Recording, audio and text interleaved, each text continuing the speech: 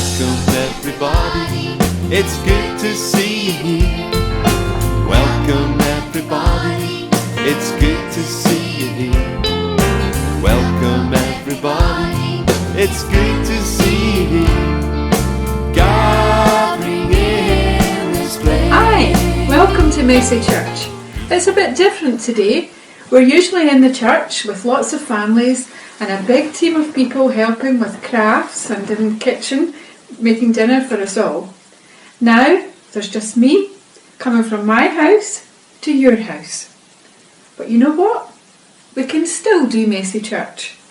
Whether there's children with you or not, if you're just at home on your own, it doesn't matter. We can all join in at Messy Church and have some fun. We're all one big family. We're going to have a story, a game, and some crafts, just like what we always do. But this time you'll have to make your own dinner. Today's story is about a man called Noah, and it's all about a rainbow. Many people have already put a rainbow in their window.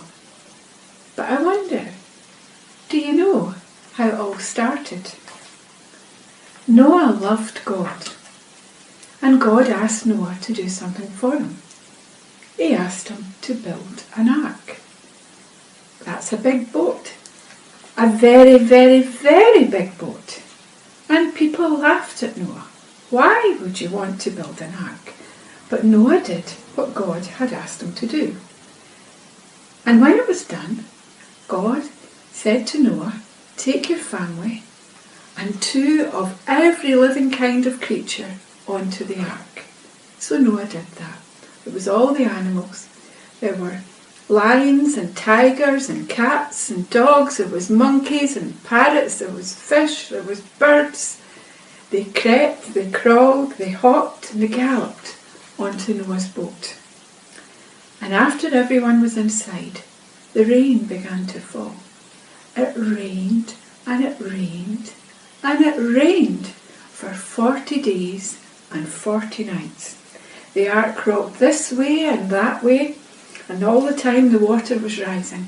It was so high until all the mountains and all the hills were covered in water. You couldn't see land. But finally, the rain stopped, and everyone inside the ark was safe. Noah and his family were happy, but they had to wait on it all drying up. It took a very long time. In fact, it was over a year.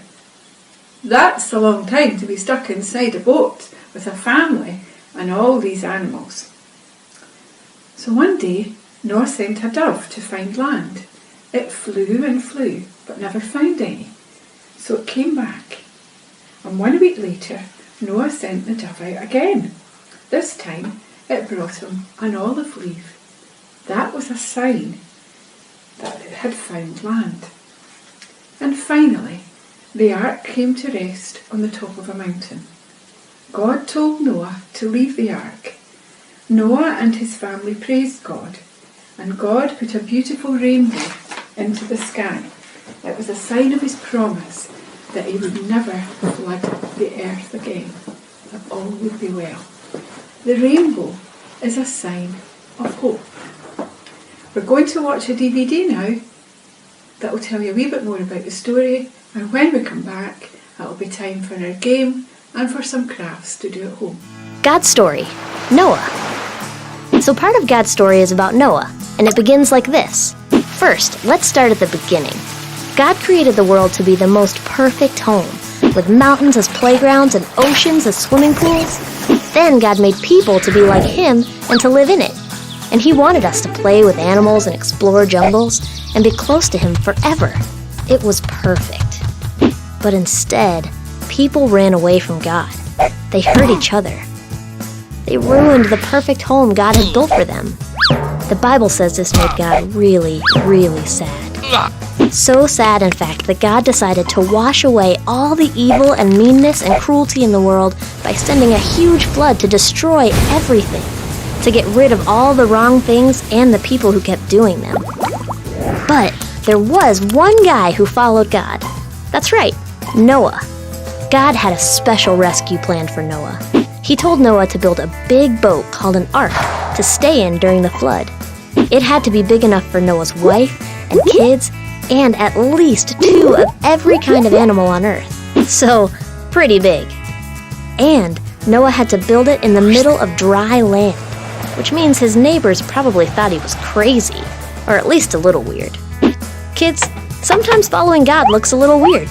We're okay with that. Anyway, looking weird didn't stop Noah. He knew he needed to be rescued. So he finished the ark and waited for God to bring the animals. And God brought them all right. Just imagine what those neighbors thought when they saw an entire zoo strolling through their yards. When Noah's family and all the animals were inside, God shut the door. Then, the Bible says God opened the bottom of the ocean and the windows of the sky. We don't know what that means exactly, but we do know it was tons of water. It rained like this for 40 days and 40 nights. And the rain wasn't the worst of it. Once the water stopped, it didn't go away. Noah and his family sat cooped up, floating in the ark for over a year, just waiting. And waiting and waiting. Did we mention they waited?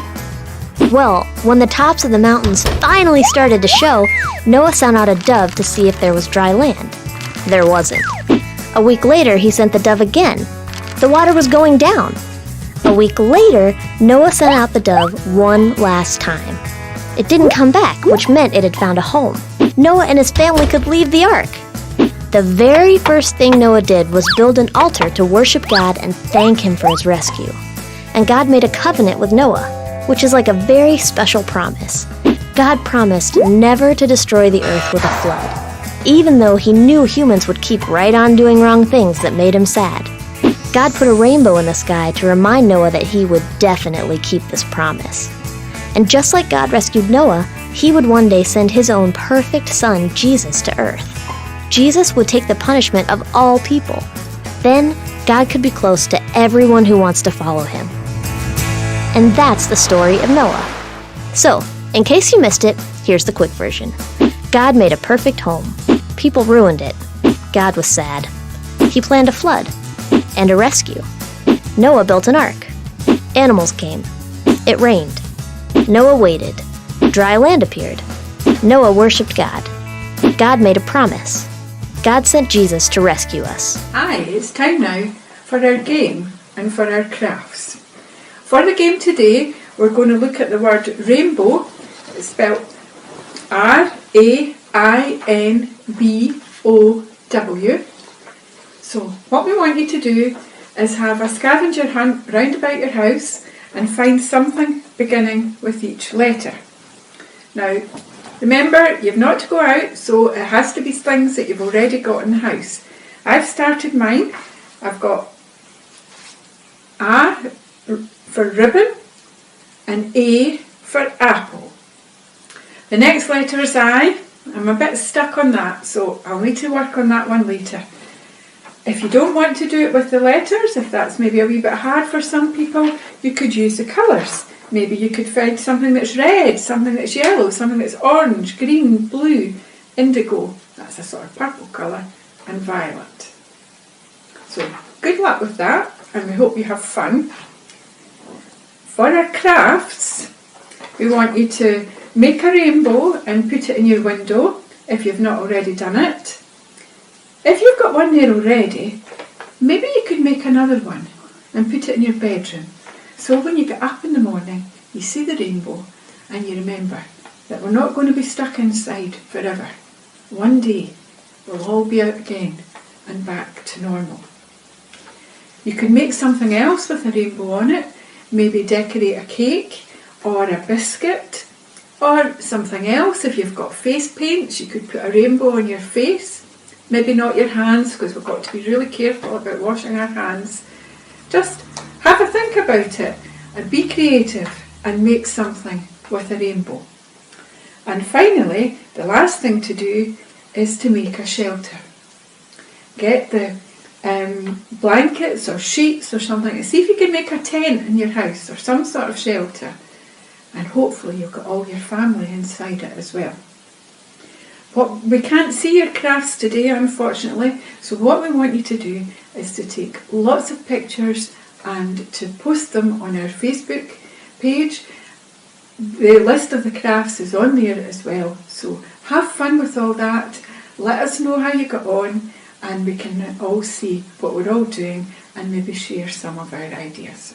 So I hope you've enjoyed that, but before we go, we'll have our Messy Church blessing, and remember that God's love is for me, God's love is for you, God's love is faithful, steadfast and true. It's good to see you. Welcome everybody. It's good to see you. Welcome everybody. It's good to see you.